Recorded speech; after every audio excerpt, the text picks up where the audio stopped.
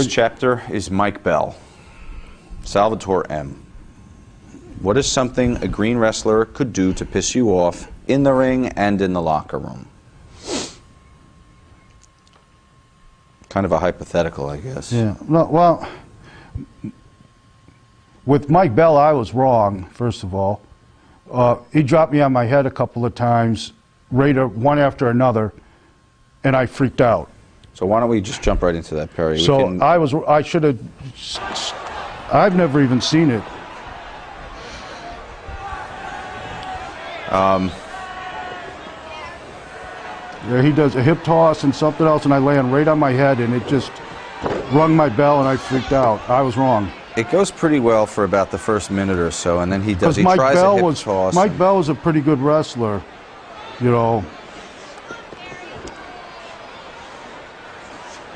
Oh, Terry was out there too, huh?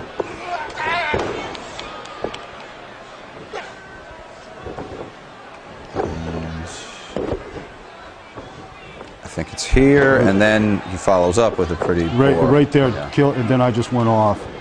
And most of it I don't remember. I was kind of out on my feet. And then what's funny, the thing that Vince and everybody was most pissed about was this. What was happening, I had him in the corner. Everything was like blurry and shit. And as I started to get my composure, I thought, oh, calm the fuck down. So I grabbed him, the shit canned him, so I could take a minute to calm down. Right. I didn't throw him out to try to hurt him. It just, he took a bad bump. Right. That was nothing. I do that every match. And to the stairs, your ass hits it. But yeah, it's funny. They were all pissed about when I shit canned them out. But I was throwing them out to save them. Because I was out of it and I had to calm down. Let's see, is it just that one spot, or does that was it? That was it. Okay.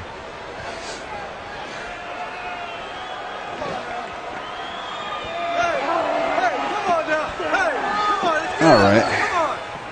The rest looks like it's standard wrestling fare there.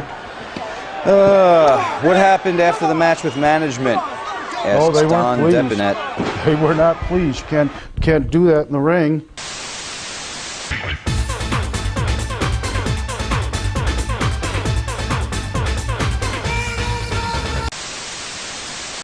Oh, God, I had this Mark, man. He was a ring dude, and he asked me to do a match with him. He wanted to do hardcore. He had been doing hardcore. Okay.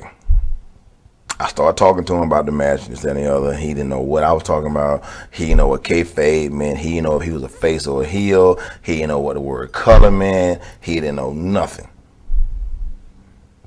Other than, I don't give a fuck. Whatever you want to do, that's what we're doing. I said, right on. We get in the ring. We lock up. He punched me in the eye. He punched me in the jaw.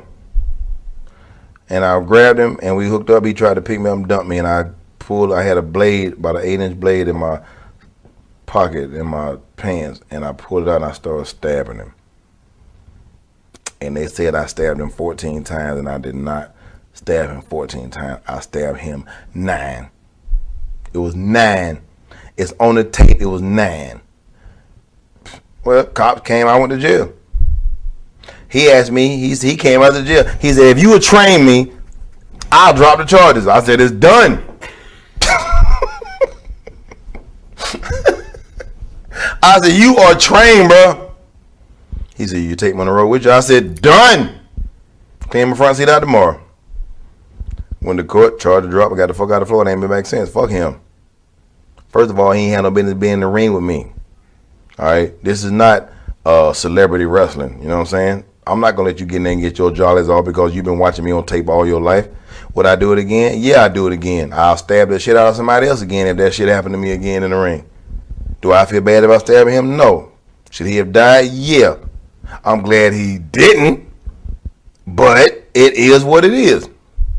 That's what happened. I take my job very serious. What's going through your head when something like that's going on? Run, nigga, run!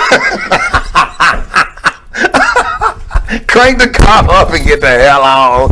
Bruh, I was thinking 95 North or 10 West. I just want to get the hell out. Other than listening to that knife slide in and out of his flesh, it didn't bother me one bit. I was sticking the shit out of him. And each time it made the same noise. Hope I got bond money. Is that an adrenaline rush to you? As sick as it may sound, no, it's more funny to me to have some idiot in the ring thinking that he can handle you like that, and you've been in this business as long as I have. It's not an adrenaline rush. It's some old shit. I shouldn't have done that shit. Run, nigga, run!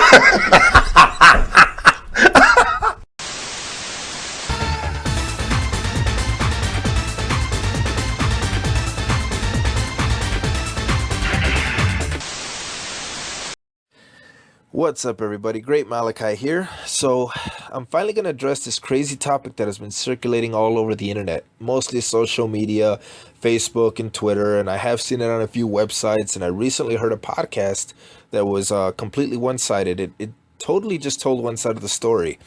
So if you're listening to this, then you probably already heard the other side, and you're curious about this one, and you're coming in with a judgmental attitude. Maybe some of the people out there might be coming in with an open mind just to see what I have to say. Other people are just here to say, oh, fuck you, dude, you're wrong. Whatever the case may be, it really doesn't matter to me. My reason for putting this out there isn't for justification. My reason for putting this out there is because I got a lot of friends hitting me up. I'm getting lots of text messages, phone calls, private messages on Facebook, direct tweets, and pretty much all my friends from around the world. I've wrestled in several countries around the world and all over the United States, asking me, dude, what's going on? Why is everybody hating on you? And the reason why my friends are so shocked is because they all know I'm a good guy. I've built a good reputation in the wrestling business. I've wrestled for 14 years, a little over 14 years, and I've never had this kind of incident happen before. So now they're all wondering, what happened, and they know there's a reason behind it because they know my character, and I'm just not that kind of guy. So that being said, it took place at an Anarchy Pro Wrestling show in Burwell, Illinois. I was working with this young kid in a tag team match. My partner, the Great Cheyenne, she's a female wrestler, longtime tag team partner, was in my corner, and we were working with this green kid, and there's just a big story behind it that nobody knows, and everybody seems to be ignoring the fact that this kid fractured my ankle on purpose, and everybody's like, why would such a small, young green kid, shoot on a guy twice his size? And again, there's a story behind this, and everybody's just looking at the imagery that they see. What they see on the screen is this big guy picking on a little guy for no reason. That's what they think. So they're calling me a bully. They're calling me all kinds of names. I mean, I'm going to post all these screenshots, so while you guys are listening, you guys can see everything that's actually going on. They're just calling me all sorts of vile things, and they're pissed off about me swearing, and I'll give them that. Because I did do a lot of swearing. I was pissed off, and anybody who's human, anybody who knows, when you get pissed off, if you've been pissed off, you know exactly how it works. You do tend to swear, and although I'm supposed to be, in character and whatnot, I was pissed off. My ankle had gotten fractured. I knew it was deliberate. It was on purpose. So I was like, I just got angry. And when you get angry, you swear. But there was a lot of kids in the crowd, so I'll give the people that, because right when I came through the curtain, the promoter said this himself in his own podcast. When he was back there, nobody came up to him. The kid didn't go up to him. His partner didn't go up to him. The referee didn't go up to him. Everybody that was involved in the ring that night did not go up to him and tell him anything. The only one that went up to him was me. Now, he says in his podcast that I went up to him complaining and whatnot. I did do that. I told him what happened, though, and I apologize for one thing and one thing only. I apologize for my language, because I do feel that my language was wrong due to the fact that it was a PG show and there were little kids there. But that's it. I'm not going to apologize for my actions. I'm not going to apologize for what I did to the kid. I'm just not apologizing for that, because he intentionally hurt me. I'm going to explain why, so I don't regret my actions at all, not one bit. But I will address a couple of things before I get into that. People are saying I tried to end his career. Some people said I tried to break his neck. Some people are saying I tried to break his arm and all that. And I can understand why people are saying that when they see me all pissed off. They see me swearing, and they see me I got this kid in the arm bar, and I'm torquing it. They're looking at it like I'm trying to break his arm. But let's be realistic. As fragile as everybody's describing him and saying how I'm twice his size and clearly he couldn't get out of the armbar unless I let it go. If I really wanted his arm broken, don't you think it would be? I mean, guys, use your brain for a second. Look at the video. Just look at it and watch me let him go. And look at the positioning of my body and how I'm not completely rolling over on his shoulder, causing it to break. Okay, so behind all that swearing and all that anger, there was a level of self-control, and there was definitely a huge amount of controlled pressure.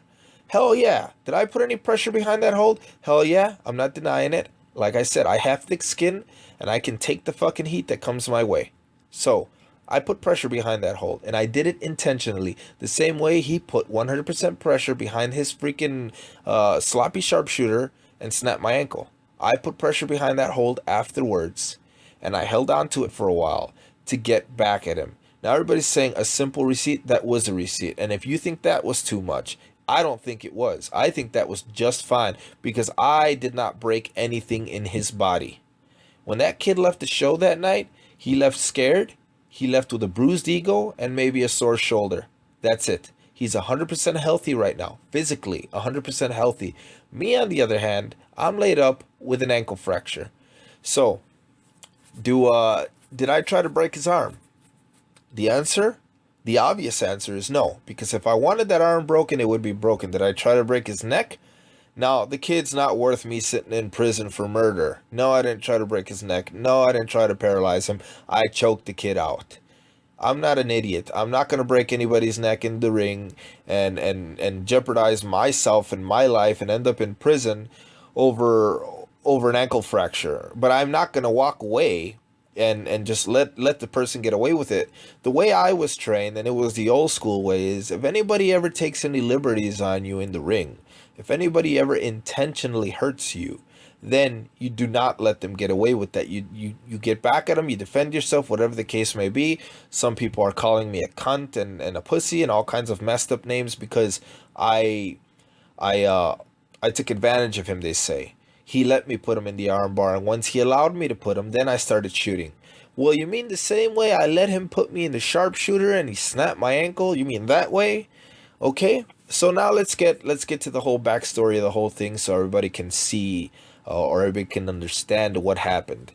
So my partner, manager, and my partner, the Great Cheyenne, we arrived there, I want to say maybe 2-3 hours before the show. I don't think it was 3. It might have been like 2, but it was definitely before the doors open. And definitely with enough time to get in the ring and work out the match and all that stuff. So we arrived there, and we do our meet and greet and all that with the guys back there, and then I go up to the promoter and ask him who I'm working with, or he sends me to the booker. I can't remember exactly how he went, but I ended up finding out, and his partner was there. The kid's partner was there, but the kid himself was not there. So then I go in the ring with his partner, and Cheyenne comes along in the ring, and we start going over the match, and we start, describing things that we want to work out in the match and all that, So he tells me I'm not taking the heat. He tells me his partner's taking the heat. And I go, that's fine. Let me go over some stuff with you so that you can explain it to him because he's not here. Apparently, he had been booked in a double shot that night. He was working for another promotion. He was going to show up late.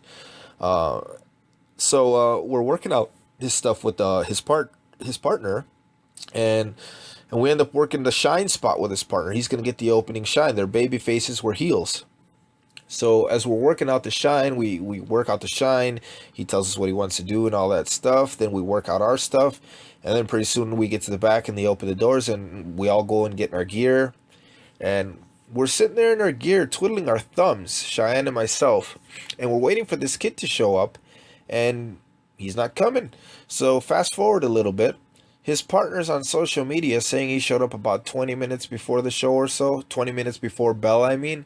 I want to say it was more like 15, but whatever, 15, 20, 5 minutes give or take. The kid shows up before the actual first match starts.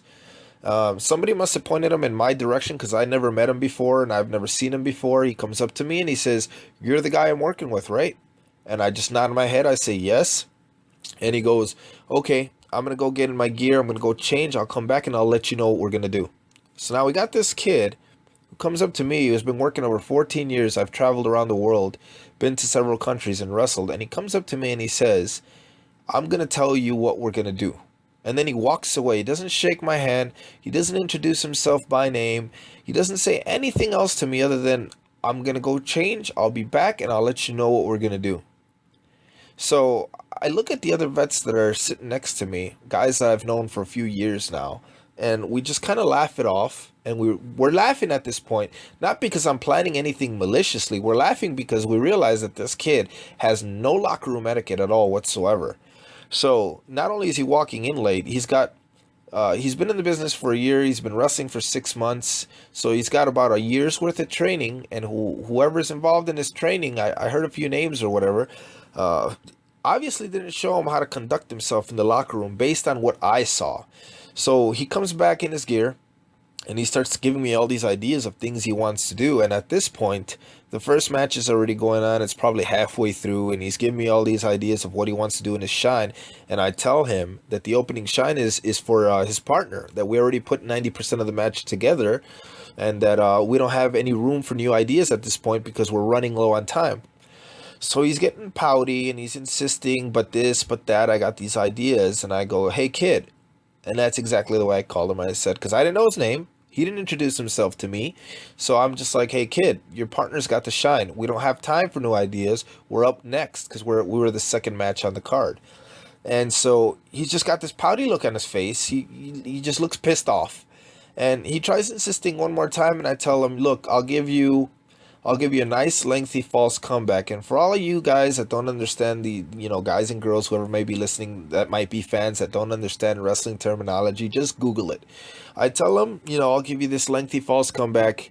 It'll be more like a spot than a quick cutoff. And it sort of pacifies him. So we start going over something real quick involving clotheslines and him giving me a spinning heel kick or whatever. And he's happy now. But in the process of this, I discuss another spot with him involving chops. And again, he gets this like pissy like look, like he's just not happy. And it's pro wrestling, it's not ballet.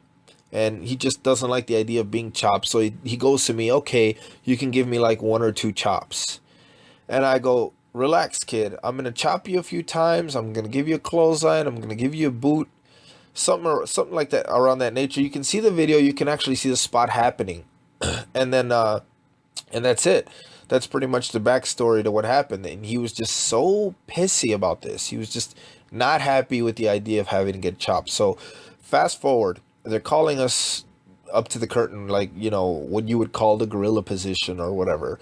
And they're telling us that we're up next. So we go downstairs. At this point, I didn't have a chance to warm up. Nobody had really a solid chance to get ready, in particular myself, because I was trying to go over this long false comeback that I was trying to give the kids so they can be happy. And, so I didn't get a chance to stretch or anything like that. But I did get a chance to tell him and his partner that I had just recently come back from Japan and that my ankle had been injured there.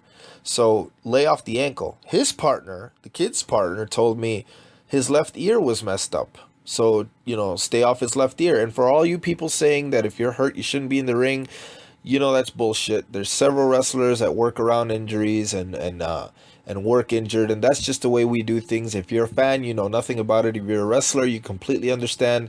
I had come from Japan maybe 5-6 weeks prior and not taken any bookings due to the fact that my ankle was injured. I took the Anarchy booking because it was so far away that I figured I'd be 100%.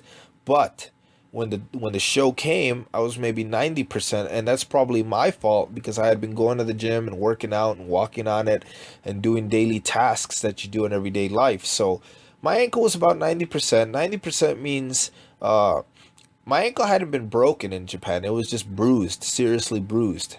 So 90% means that it had a stiffness to it and it required warming up perhaps. But I could walk on it. I could run on it. I was starting to do cardio. I was doing leg exercises at the gym. I was squatting. So it wasn't like my ankle was in a complete fragile state. It was about 90%. It was workable. And so it was just a little bit stiff. And so fast forward to the match now. Now the kid knows I have an ankle issue. I know that his partner has an ear issue. And, fast forward to the match. We're in the ring and we're working. And everything's going okay. There was a botch spot in the beginning. went for a crossbody, he looked like he was jumping for it, didn't go. So I'm kind of standing there like an idiot. Then when he did go, it wasn't so much a crossbody, it was more like a straight one. So, you know, that was like one little botch, nothing to be pissed off about. I don't get angry over messed up moves or things of that nature. Everybody makes mistakes. And that's another thing I want to touch on. For everybody saying that I got upset because the sharpshooter was sloppy, that's not why I got upset. And that's certainly no reason to shoot on somebody. So you guys got to chill out because you guys just don't know what happened. But then again, going back to the match, we're working, you know, I start the opening spot with his partner, and then the kid gets tagged in. He's taking the heat. Everything's going just fine. Fast forward to the chop spot. I tie him up in the ropes. I give him about 3 chops. Now, he was supposed to stay tied up in the ropes, and you can see how much he dislikes the chops, because I think after the first or second one, he unties himself, and I got to keep putting him back up on the ropes so I could chop him again. Because, like I told you, he said maybe 1 or 2 chops. So I think after the second one, he figured he had enough, and I put his arm back up there and gave him another one. I only gave him about 3 chops. If you watch the video, there was 3 chops followed by a clothesline. There was supposed to be a boot after that, where the kid is hanging over the middle rope. His body's hanging over the middle rope, and I give him a boot to the side of the head. That never happened because the kid ends up powdering out. Now, keep in mind, this is a baby face, and he's powdering out of the ring, and he finds an empty seat in the front row, and he just sits there, and he's got the saltiest look on his face. And I have a friend who was in the crowd that night, and he's also a worker, a wrestler worker, in case you don't know. And he looked at the kid. He came up to me during intermission when I was selling posters, and he looks at the kid, and he tells me, "I know why he did that to you." The kid had a salty look when he was sitting in the front row. He just had the saltiest expression, and I think it's because he didn't like getting chopped. And without me having to tell him the story of what happened in the back and how he was completely disgusted by getting chopped, he knew. He knew. And he even says, the kid's a babyface. Why is he powdering? Babyfaces don't powder. So this kid's sitting out there in the front row for a while. And so I start playing to the crowd. I put my arm up. I play to his opponent, to his tag team partner a little bit. Then I turn around, the kid's still in the crowd. So at this point, my partner Cheyenne and myself are looking at him like, get back in the ring. And as he starts to make his way back in the ring, he's just looking like he doesn't want to get in the ring. So I grab him by the hair and kind of help him in. I don't pull his hair, but I just help him in, give him a suplex, and we keep working. Shortly after that suplex, I end up giving him a Russian leg sweep into a hold. And I let him reverse me out of the hold. And this is when the sharpshooter happened. Because as soon as he reverses me out of the hold, he applies that sharpshooter. And of course I let him. Same way he let me put him in the armbar, I let him put me in the sharpshooter. We turn around, he locks it in. And that's when he just squeezes 100%. Now this isn't like a punch. This isn't like a kick. I've explained it. Punches and kicks, you know, you slip on a punch and a kick, you accidentally potato somebody, you know, you pick somebody up, you know, you get dropped awkwardly in a slam and they end up hurt. Those kind of things happen. Those are accidents. This is a kid applying 100% full pressure on my ankle to the point where it snaps. Now me, if you see me in the video, I'm trying to go for the rope fast. I kind of accidentally, like, I reached for it, I tried to get it, and I couldn't, and I tapped it with my fingertips. And my hand comes down, and I'm just like, at this point, I'm thinking, fuck, because I'm in so much pain. And then he cranks even harder because he feels me trying to get away, and he ends up snapping it. When I felt that snap, it was loud. And I know he heard it, because if I heard it from where I was, I'm sure he heard it. It was loud. I felt it. I'm sure he felt it. He doesn't let go. I heard that snap. I got desperate, and I just pushed up, and I grabbed the rope. I grabbed the rope, the referee makes him break it. Now, I got a few people telling me, well, if he was shooting on you, why would he break it? You know, he doesn't have to break it. He's shooting on you. I mean, same way I broke the chokehold, okay? I mean, but for him, it's a little bit different. I made it obvious. I made it clear that I was shooting on him because I didn't give a damn what people think, okay? It's that simple. I made it obvious that I was shooting because I got thick skin and I'm ready to take the heat for it. This kid, he let go of the hold because he's hiding it under the guise of a work. If he held on to that hold, it'd be completely obvious that he was shooting on me. So he let it go. The job was done. My ankle was fractured. He knew he had done some damage. He let it go so that nobody would know that he shot and he could play this innocent little mousy boy that never did a thing. But I sat there. I tried to figure out the motive, and I think that's what his motive was getting chopped. He didn't like getting chopped, and he figured he'd return the favor. And perhaps he didn't know he would snap my ankle, but he definitely purposely applied pressure to get back at me. And what ended up happening due to that pressure, because holds can be so dangerous, is he ended up snapping my ankle. Actually, in Japan, where they do strong style, the stiffest style in the world, things are very stiff. Kicks are stiff. A lot of guys kick you full blown, in the chest. They kick you, full blown in the back and things like that. Of course, all these things that are done with full impact are cleverly, they're not hitting you in areas where they're going to damage you. Like the forearms aren't straight to the nose and stuff where you're going to get your nose broken. The forearms are stiff, the kicks are stiff and all that, but they're properly placed in a position where you're not going to get hurt. You're going to get bruised, but you're not going to get anything broken. You're not going to get anything seriously hurt. And even in Japan, where it's the stiffest style in the world, when they apply holds, they're light as a feather, because they understand that a simple arm wringer, for example, can be very dangerous if it's applied with any pressure at all. So, I mean, if you even apply the slightest pressure, they'll tell you to ease up. And this is Japan we're talking about. So now, let's go to this kid. He's applying 100% full pressure on me, and he's going to act like he doesn't know, like it's an accident. And then he's going to go on social media, and he's going to go on this podcast that's one-sided, and he's going to say, oh, I didn't apply any pressure. First, he said he applied very little to none. Then he said none. Like, piss off, kid. You know exactly what you did. You know exactly what you did. There's no way to accidentally do that. I go back to what I've always said. I've taken several pictures with several fans that are wrestling fans, and they know what holds look like, and they want to put you in a chin lock, or they want to put you in $1 million dream, or they want to put you in an armbar or something, and they want to take a picture with you, and you do it because you're having fun with them. And these kids put these wrestling holds on you just as good as anybody else would, and they don't apply any pressure because they're posing for a picture. They do it light as a feather. So if an untrained kid can do it, this kid who's got 1 year's worth of training, 6 months worth of wrestling experience in front of a crowd, should know that he's applying all his pressure. He's putting all his elbow grease into it, and he's going to act like he didn't do nothing. That's bullshit. He applied all the pressure. He caused a fracture. He did it intentionally to get back at me for chopping him, and he thought he was going to walk away and get away with it. And I didn't let him get away with it, and it's just that simple. So when everybody says, you're a punk, you shot on him after he let you put you in the hold or whatever, like after he let me put him in the hold. Well, it's the same thing. I let him put me in the sharpshooter, and he ended up snapping my ankle. So he let me put him in the arm bar, and I ended up cranking it. But like I said, controlled pressure.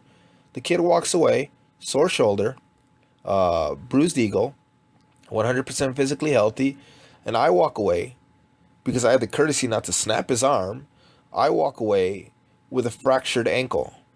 But I'm the bad guy, because in the imagery, everybody sees the big guy picking on the little guy. They don't know their backstory. They don't know his attitude. They don't know.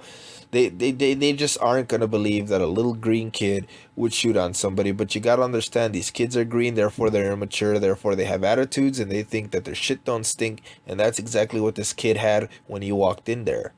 So it's not what it seems.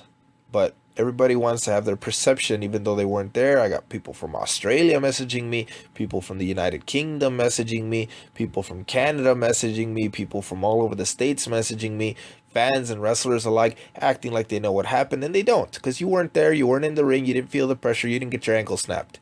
And what I tell all the wrestlers is, and I've been telling this to all of them, is if somebody ever intentionally hurts you, I want to be the first guy there to pat you on the back for being a better man than me, and telling the guy, it's all good, bro. Thanks for giving it to me up the ass. Thanks for breaking a bone. No hard feelings, man. And walking away. Because that kind of shit don't happen. Again, I apologize for my language. I did that to the one person that deserved the apology, and that was the promoter, and that's it. But I ain't apologizing for my actions, because what I did was justified in my eyes. It was completely justified. If somebody ever intentionally hurts you in the ring, you do not let them get away with it. So, This little innocent mousy boy that never did a thing. This is the problem with him. It's not going to be the first time it happens to him if he continues going on like this. But I honestly feel like he's going to think twice before he does something like this again. Because if he ever does something like this again to anybody else is going to do the same thing. Whether they do it in the ring or whether they do it in the back, this kid will get his ass kicked again if he does this again. Because people don't take that shit. And I certainly don't. So if you run into anybody like me, they're going to do that. No trained professional that does this goes in there to hurt anybody else. No trained professional wrestler anyway that does this is looking to hurt somebody else. I was in the back pissed off, and I was exactly talking about that. Like, we're not in this to hurt each other. So that's my side of the story.